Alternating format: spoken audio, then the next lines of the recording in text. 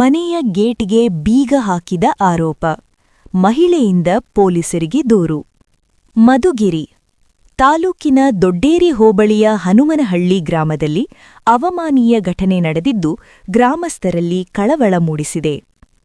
ಗ್ರಾಮದ ನಿವಾಸಿಯಾದ ಆಶಾ ಅವರು ಬಡವನಹಳ್ಳಿ ಪೊಲೀಸ್ ಠಾಣೆಗೆ ದೂರು ನೀಡಿದ್ದು, ತಾಲೂಕು ಪಂಚಾಯಿತಿ ಮಾಜಿ ಸದಸ್ಯ ದೊಡ್ಡಯ್ಯ ಹಾಗೂ ರಾಮಕೃಷ್ಣಯ್ಯ ಅವರು ನಮ್ಮ ಮನೆಯ ಗೇಟ್ಗೆ ಬೀಗ ಹಾಕಿದ್ದಾರೆ ಎಂದು ದೂರಿದ್ದಾರೆ.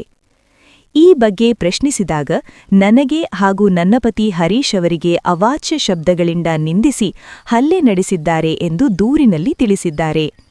ಗೇಟ್ಗೆ ಬೀಗ ಹಾಕಿದ ಕಾರಣದಿಂದ ಮನೆಯೊಳಗೆ ಹಾಗೂ ಹೊರಗೆ ಹೋಗಲು ಕುಟುಂಬದವರು ಕಾಂಪೌಂಡ್ ಹಾರಿ ಓಡಾಡುವ ಸ್ಥಿತಿ ನಿರ್ಮಾಣವಾಗಿದೆ ಎಂದು ತಿಳಿಸಿದ್ದಾರೆ.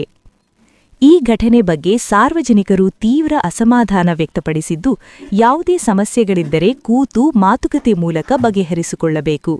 ಅದನ್ನು ಬಿಟ್ಟು ಮನೆಯ ಗೇಟ್ಗೆ ಬೀಗ ಹಾಕಿ ತೊಂದರೆ ನೀಡುವುದು ಸರಿಯಲ್ಲ ಎಂದು ಹೇಳಿದ್ದಾರೆ. ಪ್ರತಿದಿನ ಕಾಂಪೌಂಡ್ ಹಾರಿಕೊಂಡು ಓಡಾಡುವ ಪರಿಸ್ಥಿತಿ ಉಂಟಾಗಿರುವುದರಿಂದ ತಕ್ಷಣ ಪೊಲೀಸ್ ಇಲಾಖೆ ಮಧ್ಯಪ್ರವೇಶಿಸಿ ಸಮಸ್ಯೆಯನ್ನು ಬಗೆಹರಿಸಬೇಕು ಎಂದು ಗ್ರಾಮಸ್ಥರು ಒತ್ತಾಯಿಸಿದ್ದಾರೆ.